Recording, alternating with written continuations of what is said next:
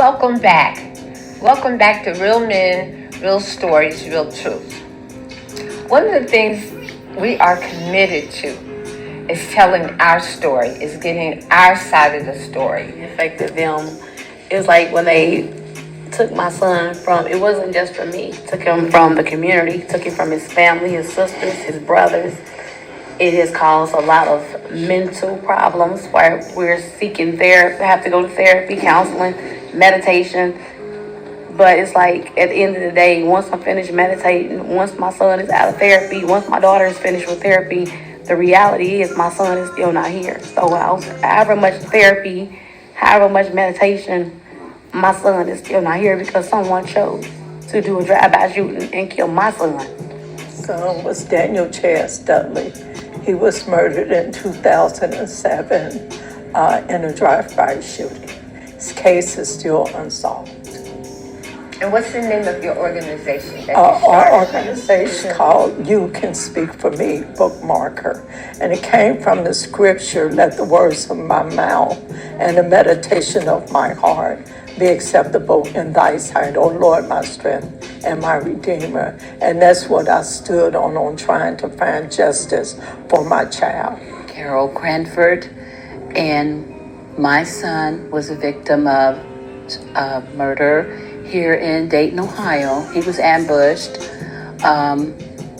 in 2010, May 29th. It's an unsolved case.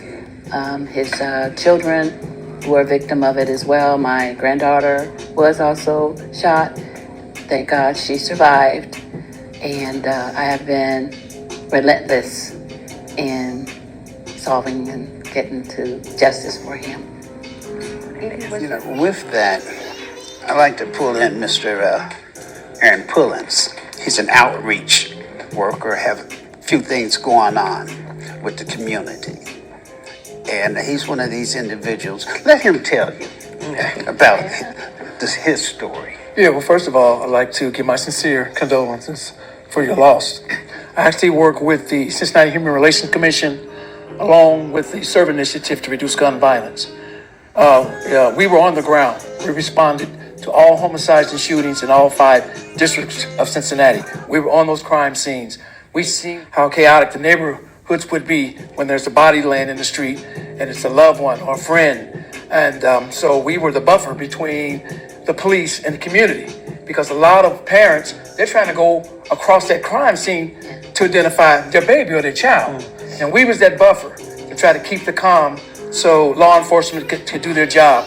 And then we would follow up with resources and wraparound services for the family.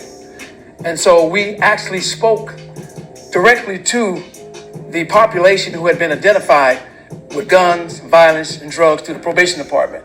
That was with the police department, the Cincinnati mayor, council, and federal prosecutors, to work together to try to find out, who was the shooters, who the shooters were, to give the family some closure.